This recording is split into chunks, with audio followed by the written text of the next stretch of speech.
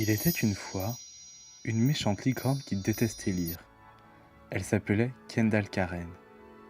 Et ce qu'elle détestait par-dessus tout, c'était de vivre à côté de la bibliothèque de Mathieu. Alors un jour, elle eut une idée. Elle prit des allumettes et décida de mettre le feu à la bibliothèque. Comme ça, plus de livres, pensa-t-elle. Heureusement, une gentille licorne passait par là. Elle s'appelait Miss Rainicorn. Et avant que Kendall Karen ne brûle la bibliothèque, elle parvint à sauver 5 livres.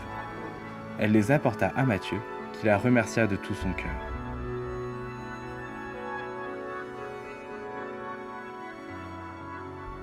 Ah, quelle belle histoire! Je m'en tampote les yeux. La vidéo d'aujourd'hui, je vais vous présenter les 5 livres que je sauverais ou qu'une de mes licornes sauverait. Si jamais, malheureusement, et je croise les doigts, je touche du bois pour que ça n'arrive jamais, ma bibliothèque prenait feu. Ouais, les effets spéciaux, tout ça, on a le budget ici, hein. Ah oui, déco de Noël. Ah, budget toujours. Alors, le premier livre, c'est Harry Potter et l'Ordre du Phénix de J.K. Rowling, ici aux éditions Folio Junior. Je suis en train de racheter tous les Harry Potter en fait aux nouvelles éditions de Gallimard parce qu'ils sont trop beaux. Pourquoi Harry Potter et l'Ordre du Phénix, donc qui est le cinquième tome de Harry Potter, bah en fait parce que c'est mon préféré. Voilà, je trouve que dans celui-là, il y a vraiment une évolution des personnages. Harry, c'est plus un enfant. L'intrigue est beaucoup plus complexe. Il y a plus de choses et bon, déjà, c'est le plus gros aussi. Mais ouais, c'est mon préféré d'amour. Et puis, parce que je fais ce que je veux, si j'ai envie de le sauver lui et pas le 1, j'ai le droit. De toute façon, il a fallu que je fasse un choix. Bref, allez, on passe au 2. Le joyau de Amy Ewing. Aux éditions Robert Laffont. Je l'ai tout simplement dévoré ce week-end, voilà, j'ai vraiment adoré l'univers, c'est juste trop bien et je me suis dit mais pourquoi est-ce que tu l'as pas acheté avant? Parce que je l'avais vu, j'étais là, oh non, et en fait, mais il est génial. Et du coup, j'ai demandé la suite au Papa Noël. Donc c'est une dystopie, ça se passe sur une île. L'île elle est divisée en 5 cercles concentriques et au milieu il y a la partie la plus riche, le joyau, c'est là où il y a la royauté, etc. Et donc plus on s'écarte et plus les gens deviennent pauvres en fait. Et donc le personnage principal, Violette, elle vit dans le milieu le plus pauvre, sauf qu'elle est spéciale, puisque c'est une mère porteuse. Donc en fait, toutes les filles qui sont désignées comme mères porteuses, elles sont envoyées dans des établissements où elles vont suivre une éducation, etc. Et après elles sont envoyées au joyau, où elles sont vendues à une vente aux enchères, et elles appartiennent du coup à une maison du joyau, où elles devront donner naissance à un héritier ou une héritière pour la famille chez qui elles ont été vendues. Et donc c'est l'histoire de Violette qui est pas trop d'accord avec ça, voilà, c'est pas le destin qu'elle aurait kiffé avoir. Elle va tout faire pour essayer de s'en sortir, essayer de garder son identité, et elle va faire la rencontre de plusieurs personnes qui vont l'aider dans ce périple. Et franchement, il y a vraiment tout ce que j'aime dans ce bouquin. C'est une dystopie. Il y a tout ce qui est intrigue à la cour, des castes plus riches que les autres, il y a des beaux costumes parce que voilà, elle essaye beaucoup de robes, il y a de la romance, mais ça passe un peu au second plan et c'est moi ce que j'ai bien aimé parce que trop de romance tue la romance. Et il y a un petit peu fantastique aussi, donc je vous en dévoile pas trop, mais voilà, franchement n'hésitez vraiment pas à l'acheter, à le commander à Noël, enfin j'en sais rien, faites ce que vous voulez, volez-le, non c'est mal de voler, c'est Noël, soyons sages, sinon le Père Noël, pas de cadeau, non, c'est le petit Père Fouettard. Enfin remarque, vous pouvez aimer ça, hein, je ne sais pas. Alors, le troisième tome que je sauverais si ma bibliothèque prenait feu, ce serait Hunger Games, donc de Suzanne Collins aux éditions Pocket Jeunesse. Je crois que c'est la première dystopie que j'ai lue. C'est l'histoire donc pareil de Katniss Everdeen qui vit dans un monde où le monde est divisé en plusieurs districts. Donc il y a le 1 qui est le plus riche jusqu'au 12 qui est le plus pauvre. Elle vient du district 12.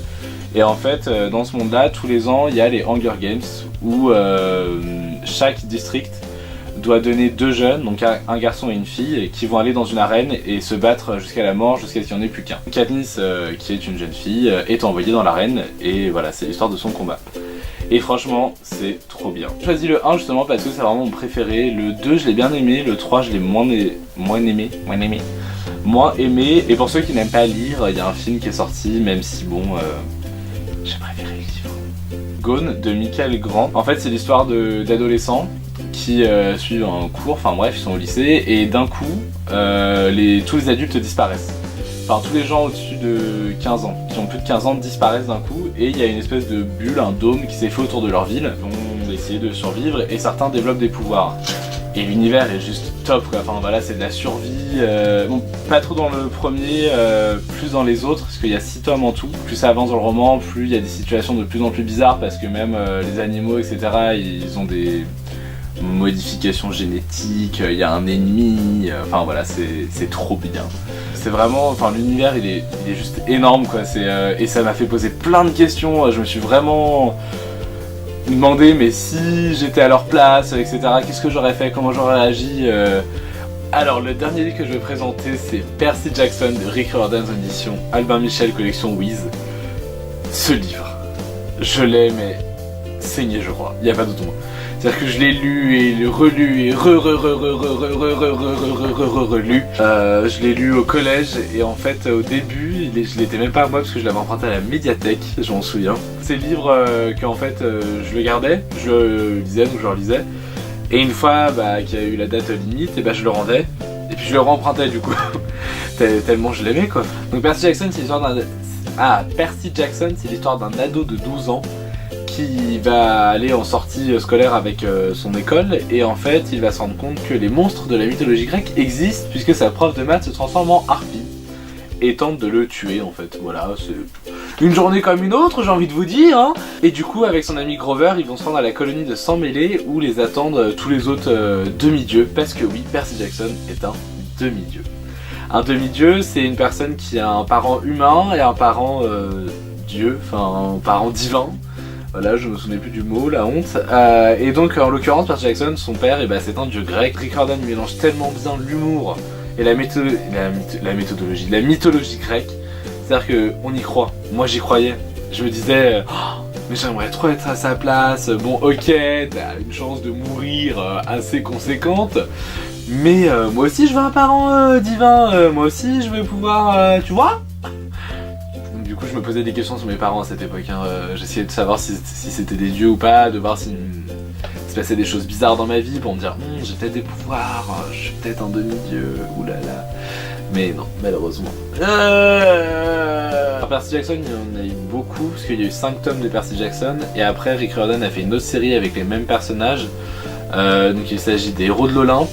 Il a fait une nouvelle série qui s'appelle Les Travaux d'Apollon, donc où c'est sur l'univers de Percy Jackson, mais c'est pas Percy Jackson cette fois. Après il a fait d'autres séries sur d'autres mythologies, mais voilà, Percy Jackson c'est vraiment ma préférée. Voilà, ce sont les 5 livres que Miss Rénicorne a sauvés de ma bibliothèque en flammes. Alors je la remercie parce que je pense que j'aurais choisi les mêmes.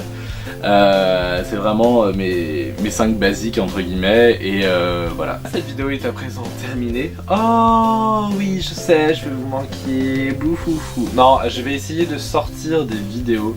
Je me suis fait un petit agenda dans mon bullet journal et tout. Et je prévois de sortir une vidéo update lecture, vraiment centrée lecture et qu'est-ce que je suis en train de lire, qu'est-ce que j'aime lire, etc. Plutôt le mardi. Et après, j'aimerais bien faire des challenges et des tags et tout ça avec d'autres gens, ou même tout seul, parce que oui, avec mes licornes. Vous êtes mes amis pour la vie, oui. Le vendredi, du coup, voilà, c'est tout. Allez, bisous.